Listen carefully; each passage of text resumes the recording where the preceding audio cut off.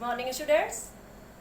पिछली कक्षाओं में हम लोग तालनौमी पाठ के प्रश्न उत्तरों की भी चर्चा कर चुके हैं और मैंने आप लोगों को कुछ होमवर्क भी दिए थे। पिछली बार मैंने आपको भाषा कौशल का शब्दों के विशेष्य लिखिए ये होमवर्क में दिया था, बुक में ही लिखना था। अब आज हम लोग रचना के आधार पर वाक्य के भेद के विषय में जानेंगे। इसमें देखिए, पढ़िए और समझिए में है मंगलवार को तालनौमी का व्रत है। दूसरा सेंटेंस है मंगलवार को तालनौमी का व्रत है और जटी बुआ के घर बढ़िया पकवान बनेंगे। ये चैप्टर जो है वाक्य की रचना के आधार पर वाक्य भेद आपकी ग्रामर की बुक में आपको मिल जाएगा, पेज नंबर 160। आप एक बार उस बुक को भी खोल के बैठिए जिससे आपको समझ में आता जाए। तीसरा सेंटेंस है तालनौमी के दिन जब मंगलवार होगा तब जटी बुआ के घर बढ़िया पकवान बनेंगे। तीनों सेंटेंस अलग अलग तरीके से हैं। जैसे मैं एक सेंटेंस बोलती हूँ कि माँ बाजार जाकर फल लाई। दूसरा सेंटेंस होगा माँ बाजार गई और फल लाई। तीसरा सेंटेंस होगा जब माँ बाजार गई तो वहां से फल लाई। कहने का अर्थ एक ही है लेकिन उसको हम अलग अलग तरह से फ्रेम कर रहे हैं। तो यहाँ पर इसको हम कहते हैं कि भेद है ये वाक्य के। तो रचना का मतलब होता है कि उसका कंस्ट्रक्शन, कैसे उसकी रचना हुई है, कैसे वो बने हैं, उसके आधार पर वाक्य के तीन भेद होते हैं। एक होता है सरल वाक्य, एक होता है संयुक्त वाक्य और तीसरा होता है मिश्र वाक्य। मिश्र वाक्य को हम मिश्रित वाक्य भी कहते हैं। ठीक है, तो अब जो है देखिए, उपर्युक्त वाक्यों में रचना के आधार पर पहला वाक्य सरल है, सिंपल वाक्य है वो। मंगलवार को तालनौमी का व्रत है, ये सरल वाक्य है। दूसरा संयुक्त वाक्य और तीसरा मिश्रित वाक्य है। आप चाहे मिश्र वाक्य कहे चाहे मिश्रित वाक्य कहे, एक ही बात होती है। अब ये है कि आपको सबसे पहले तो मैं ये समझाती हूँ कि कौन सा वाक्य सरल होता है, कौन सा वाक्य संयुक्त होता है और कौन सा वाक्य मिश्र होता है। तो सबसे पहले अगर हम वाक्य की बात करते हैं तो वाक्य की अगर आप बात करेंगे तो वाक्य क्या होता है, वाक्य के दो अंग होते हैं। अंग का मतलब है उसके पार्ट्स। आप इंग्लिश में भी जानते होंगे वाक्य के दो अंग कौन कौन से होते हैं। इंग्लिश में होता है सब्जेक्ट एंड प्रेडिकेट, है ना, predicate, sorry, subject and predicate दो होते हैं। सब्जेक्ट कौन होता है कि जो वाक्य में जिसके बारे में हम बात कर रहे होते हैं, और प्रेडिकेट कौन होता है जिसके बारे में बताया, यानी कि जो सब्जेक्ट के विषय में हमको कुछ बताता है, उसको हम प्रेडिकेट कहते हैं। ठीक है, अब ऐसे ही हिंदी में वाक्य के अंग जो होते हैं वो क्या होते हैं, ये आपको लिखना नहीं है कॉपी में, ये सिर्फ मैं समझा रही हूँ आपको, जिससे आपको समझने में कोई दिक्कत ना हो।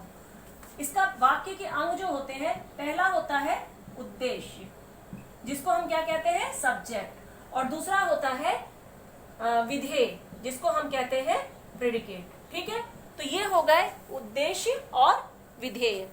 अब आपको क्या करना है कि आपको समझना है कि सरल वाक्य कौन से हैं, संयुक्त वाक्य कौन से हैं और मिश्रित वाक्य कौन से हैं। तो सरल वाक्य कौन से होते हैं, जिन वाक्यों में सिर्फ एक ही उद्देश्य होता है और एक ही विधेय होता है। विधेय का अर्थ है, यहाँ पर आप सरल अर्थ लो, अगर मैं आपको समझाने के लिए, आपको इजी पड़े इसके लिए अगर कहें तो जहां पर सिर्फ एक ही क्रिया होती है उसको हम सरल वाक्य कहते हैं। जैसे हमने कहा कि पक्षी उड़ रहा है, यहाँ पर सब्जेक्ट यानी कि उद्देश्य कौन है, पक्षी, यानी कि जिसके विषय में बात करी जा रही है, और वो क्या कर रहा है, उड़ रहा है, ये है उसका विधेय। तो यहाँ पर हमारी क्रिया एक ही है कि उड़ रहा है। ठीक है, तो सरल वाक्य जो होते हैं उसमें एक उद्देश्य होता है और एक विधेय होता है, यानी कि एक क्रिया होती है। अब आप कहेंगे कि अगर ऐसा लिखा है कि राम और मोहन, तो दो हो गए उद्देश्य, ये दो उद्देश्य नहीं है। कर्ता हम दोनों के बारे में एक साथ बता रहे हैं कि राम और मोहन खेल रहे हैं, तो यहाँ पर दोनों के विषय में एक साथ बताया जा रहा है, तो वहां पर हम उनको एक ही उद्देश्य मानेंगे। अगर अलग अलग सेंटेंस में बताया गया हो राम खेल रहा है लेकिन मोहन पढ़ रहा है, तो यहाँ पर क्या हो गया, दो अलग अलग बातें बताई जा रही है, यहाँ पर दोनों अलग अलग उद्देश्य हो गए। और दूसरा क्या हुआ कि यहाँ पर दो क्रियाएं आ गई कि एक पढ़ रहा है, दूसरा खेल रहा है। ठीक है, तो अगर सरल वाक्य होगा तो उसमें एक ही उद्देश्य होगा, एक ही विधेय होगा। जैसे ऊपर लिखा था कि मंगलवार को तालनौमी का व्रत है, या फिर हम ये कह सकते हैं कि मोहन रोटी खाता है। ठीक है, अब इसमें क्या हो गया, मोहन रोटी खाता है। अब ये इसका हो गया उद्देश्य और ये इसका हो गया विधेय। ठीक है, लेकिन अगर ये तो हो गया, इसलिए हो गया सरल वाक्य, क्योंकि इसमें एक उद्देश्य आ रहा है और एक विधेय आ रहा है। लेकिन अगर हम संयुक्त वाक्य, दूसरा वाक्य किस तरह का होता है, संयुक्त वाक्य। संयुक्त वाक्य में क्या होता है कि दो अलग अलग सेंटेंस होते हैं और दोनों किसी कंजंक्शन, जिसको आप इंग्लिश में कंजंक्शन के नाम से समझते हैं, हिंदी में उसको हम कहते हैं समुच्चय बोधक, जैसे कि और, लेकिन, तथा, पर, इनसे अगर जुड़ा हुआ है तो क्या होगा, जैसे संयुक्त वाक्य है राम खेलता है और मोहन पढ़ता है। ठीक है, तो ये आपके हो गए। अब इसमें क्या हो गया कि आपको दो सेंटेंस है, एक तो ये है और दूसरा ये है। यहाँ पर दो उद्देश्य हैं और दो विधेय हैं कि एक खेलता है, दूसरा पढ़ता है, और दोनों किससे जुड़े हुए हैं, और से जुड़े हुए हैं। तो जहां पर दो सेंटेंस और से, और, तथा, लेकिन, यानी किसी कंजंक्शन से, अर्थात जिसको हम कहते हैं कि समुच्चय बोधक से जुड़े हुए होते हैं, उनको हम कहते हैं संयुक्त वाक्य। इसमें एक बात का ध्यान रखना है, यही चीज मिश्रित वाक्य में भी आप देखेंगे, वहां पर भी दो सेंटेंस होते हैं और किसी चीज से जुड़े होते हैं, किसी कंजंक्शन से, लेकिन दोनों में फर्क क्या होता है कि जो संयुक्त वाक्य होते हैं उसके दोनों सेंटेंस अपने आप में सेल्फ डिपेंडेंट होते हैं, यानी कि एक वाक्य दूसरे के ऊपर डिपेंड नहीं होता है, जिसको हम हिंदी में कह सकते हैं कि वे स्वतंत्र वाक्य होते हैं। एक वाक्य दूसरे के ऊपर आधारित नहीं है, यानी कि हमको एक वाक्य का अर्थ समझने के लिए दूसरे वाक्य को देखने की जरूरत नहीं पड़ती है। अगर हम उसका ये कंजंक्शन हटा देते हैं तो भी अपने आप में दोनों पूर्ण हैं। राम खेलता है, मोहन पढ़ता है, दोनों अपने आप में पूर्ण वाक्य है। इसी तरह से अगर हम कहते हैं कि माँ बाजार जाती है और फल लाती है, एक दूसरे के ऊपर डिपेंड नहीं है, कि सीधी सी बात है, अगर आप दोनों को अलग करेंगे, माँ बाजार जाती है एक सेंटेंस हुआ, फल लाती है दूसरा सेंटेंस हुआ, वो आपको एक सेंटेंस को समझने के लिए दूसरे सेंटेंस की तरफ देखने की जरूरत नहीं है। तो जहां पर दो वाक्य, या हम कह सकते हैं कि जिसमें दो विधेय होते हैं, दो अलग अलग विधेय है कि यहाँ पर एक विधेय खेलता है, दूसरा विधेय पढ़ता है, तो जहां पर दो विधेय होते हैं और दोनों वाक्य किसी समुच्चय बोधक से जुड़े हुए होते हैं, वे होते हैं संयुक्त वाक्य। तीसरा प्रकार होता है मिश्रित वाक्य, या हम जिसको कह सकते हैं मिश्र वाक्य। तो मिश्र वाक्य में क्या होता है कि वहां पर भी दो या दो से ज्यादा विधेय हो सकते हैं, दो या दो से ज्यादा भी विधेय हो सकते हैं, वो भी किसी कंजंक्शन से जुड़े होते हैं। लेकिन यहाँ पर फर्क क्या होता है कि एक वाक्य जो होता है वो मेन यानी मुख्य वाक्य, प्रमुख वाक्य होता है, और दूसरा जो होता है वो उस पर आश्रित होता है। तो यहाँ पर क्या होता है कि एक वाक्य का अर्थ समझने के लिए हमको दूसरे वाक्य की जरूरत पड़ती है। जैसे हम देख रहे थे कि राम खेलता है और मोहन पढ़ता है, हमको दोनों को अलग कर दे तो भी दूसरे को देखने की जरूरत नहीं है। लेकिन अगर आप संयुक्त उसमें मिश्रित वाक्य में देखेंगे तो एक वाक्य, दोनों वाक्य को अगर आप अलग करेंगे ना, तो क्या होगा कि एक वाक्य दूसरे के ऊपर डिपेंड रहता है, तो उसमें से एक वाक्य तो पूर्ण होगा लेकिन दूसरा वाक्य अपने आप में अधूरा होगा, आप उसका अर्थ कंप्लीटली समझ नहीं पाएंगे। जैसे सेंटेंस है अध्यापक ने कहा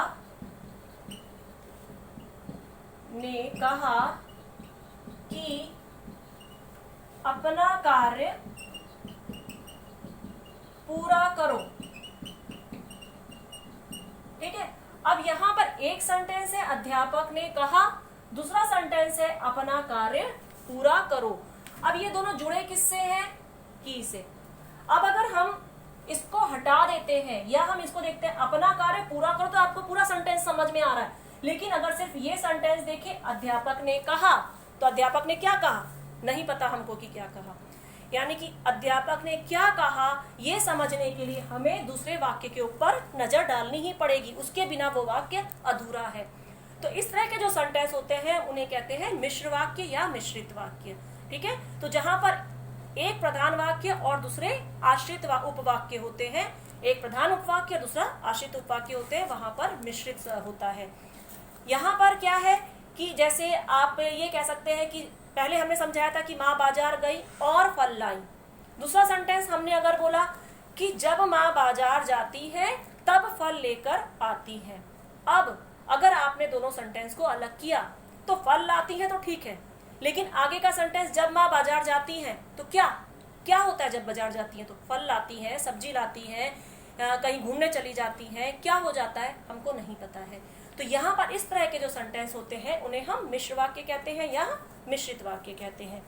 अब आप समझ गए होंगे। अब आगे के हम इसकी आप देखिए, इसकी एक्सरसाइज देखिए। निम्नलिखित वाक्यों के रचना के आधार पर भेद लिखिए। प्रश्न क है, नेपाल की उम्र 12 साल की थी और गोपाल 10 साल का था। किस तरह का वाक्य है ये है संयुक्त वाक्य, क्योंकि ये और से जुड़ा हुआ है और अगर आप और को हटा देते हैं तो भी दोनों वाक्य अपने आप में संपूर्ण है। पहला सेंटेंस नेपाल की उम्र 12 वर्ष थी, दूसरा सेंटेंस की गोपाल 10 साल का था, यानी कि दोनों सेंटेंस स्वतंत्र हैं, अपने आप में पूर्ण है, एक दूसरे के ऊपर डिपेंड नहीं है। तो यह है संयुक्त वाक्य। फिर है जटी बुआ सामने ही खड़ी थी। यहाँ पर एक ही उद्देश्य है, एक ही विधेय है। ठीक है, एक उद्देश्य क्या है? जटी बुआ, एक ही विधेय है, सामने खड़ी थी। ये हो गया, तो ये हो गया सरल वाक्य। फिर थर्ड सेंटेंस है, जैसे ही उसने वहां देखा तो आश्चर्यचकित हो उठी। इस तरह का जो वाक्य होता है उसको हम कहेंगे मिश्र वाक्य। ये कैसा वाक्य है? ये है मिश्र वाक्य, क्योंकि आप इनको अलग करके देखिए। जैसे ही उसने वहां देखा, एक सेंटेंस हुआ, दूसरा हुआ आश्चर्यचकित हो उठी। अब आप अलग अलग करेंगे तो जैसे ही उसने वहां देखा, क्या हुआ नहीं पता कि क्या हुआ वहां देखते ही। एक सेंटेंस दूसरे सेंटेंस के ऊपर डिपेंड है, तो ये हो गया मिश्र वाक्य। फिर जटी बुआ ने दोनों ताड़ ले लिए और बिना कुछ कहे अंदर चली गई। यहाँ पर भी दो सेंटेंस है, यानी कि दो उद्देश्य है और दो विधेय है। पहला है जटी बुआ ने दोनों ताड़ ले लिए, दूसरा है बिना कुछ कहे अंदर चली गई। दोनों जुड़े किससे हैं? और से जुड़े हुए हैं। अब अगर आप और को अलग कर दीजिए, दोनों सेंटेंस अपने आप में कंप्लीट है, स्वतंत्र है, तो ये संयुक्त वाक्य है। नेक्स्ट है, जब गोपाल उठा तो काफी दिन चढ़ आया था। अब बताइए किस तरह का सेंटेंस है ये? मिश्रित वाक्य है या मिश्र वाक्य है, क्योंकि हम एक वाक्य दूसरे के ऊपर डिपेंड है। जब गोपाल उठा, अगला सेंटेंस है काफी दिन चढ़ाया था। काफी दिन चढ़ाया था तो ठीक है, लेकिन जब गोपाल उठा तो क्या हुआ नहीं पता था, तो हमको उसके लिए आगे वाले सेंटेंस के ऊपर आश्रित रहना पड़ता है, तो हम इनको कहते हैं मिश्र वाक्य। ये मिश्र वाक्य है। नेक्स्ट क्वेश्चन है, निम्नलिखित वाक्यों के सरल वाक्य बनाइए। जब भी आपको सरल वाक्य बनाना होता है तो आपको उसको इस तरह से करना है कि आपका जो क्रिया होती है, विधेय होती है, वो एक ही में सिमट जाए, तो आपका सरल वाक्य आराम से बन जाएगा। जैसे बड़े भाई ने गोपाल को जानकारी दी और वह खुश हो गया। ये क्योंकि संयुक्त वाक्य था, इसको हमको सरल वाक्य में चेंज करना है। आप देखेंगे इसमें क्या हो रहा है, दो विधेय आ रहे हैं। एक तो जानकारी दी, यानी कि दो क्रियाएं हैं। एक तो क्या है कि जानकारी दी और दूसरा क्या है कि वह खुश हो गया। हमको क्या करना है कि आगे वाला जो पहले जो कार्य हुआ होता है, पहले कार्य कौन सा हुआ है? जानकारी देने वाला, ठीक है, और दूसरा कार्य हुआ है खुश होने वाला। हमको उन्हें इस तरह से बनाना है कि वो हमको एक ही सेंटेंस में कन्वर्ट हो जाए। बड़े भाई ने गोपाल को जानकारी दी और वह खुश हो गया, क्या बनेगा? बड़े भाई से जानकारी पाकर गोपाल खुश हो गया। ठीक है, एक सेंटेंस पूरा बन गया। हमने बीच में से और हटा दिया। सरल वाक्य में कभी भी कोई भी समुच्चय बोधक नहीं होता है, इस बात का ध्यान रखें। तो बड़े भाई से जानकारी पाकर गोपाल खुश हो गया। या आप इसको ऐसे बना सकते हैं, बड़े भाई के जानकारी देने पर गोपाल खुश हो गया। बल्कि ये ज्यादा सही रहेगा कि बड़े भाई के द्वारा जानकारी देने पर गोपाल खुश हो गया। ठीक है, उसके बाद है, जिस दिन तालनौमी होगी उस दिन हमारे घर ताड़ के पीठे बनेंगे। ये मिश्र वाक्य है, क्योंकि एक सेंटेंस दूसरे के ऊपर डिपेंड है कि जिस दिन तालनौमी होगी उस दिन क्या होगा नहीं पता है, हमको अगला सेंटेंस देखना पड़ रहा है। अब हम इसको सरल वाक्य बनाना है, तो हम एक ही क्रिया को मुख्य क्रिया बना देंगे। और मुख्य क्रिया क्या है? पीठे बनना। जिस दिन तालनौमी होगी तो क्या बनेगा? ताल नवमी के दिन हमारे घर ताड़ के पीठे बनेंगे। इसका आंसर होगा ताल नवमी के दिन हमारे घर ताड़ के पीठे बनेंगे, ये इसका आंसर होगा। नेक्स्ट प्रश्न है, वह वन से काले ताड़ लेकर आया और बाद में सो गया। ये भी संयुक्त वाक्य है। एक तो क्या सेंटेंस है, वह वन से काले ताड़ लेकर आया, दूसरा है बाद में सो गया। तो इसको हमको सरल बनाना है तो हमको आगे वाली क्रिया को समाप्त करना पड़ेगा। तो क्या बन जाएगा, वह वन से काले ताड़ लाकर सो गया। ठीक है, वह वन से काले ताड़ लेकर सो गया, वह वन से काले ताड़ लेकर आने के बाद सो गया। ठीक है, सॉरी पहले वाला मैंने गलत बोल दिया था, ध्यान नहीं। वह वन से काले ताड़ लेकर आने के बाद सो गया। ठीक है, क्योंकि लिखा था बाद में सो गया, तो वह वन से काले ताड़ लेकर आने के बाद सो गया। तो ये हो गया हमारा रचना के आधार पर वाक्य के भेद। ये आप लोग अच्छी तरह से समझ गए होंगे। सारे आंसर्स भी मैंने आपको बता दिए हैं। नीचे है कल्पना की उड़ान, ये क्वेश्चन आपको नहीं करना है। आज जितना मैंने समझाया है उसे आपको बुक में ही करना है, नोटबुक में करने की जरूरत नहीं है। अब कल जो है हम लोग नेक्स्ट क्लास में इससे पहले वाला चैप्टर सिद्धार्थ का गृह त्याग, ये चैप्टर हम लोग शुरू करेंगे। तो आज हमारी क्लास यहीं पर समाप्त होती है। Have a good day.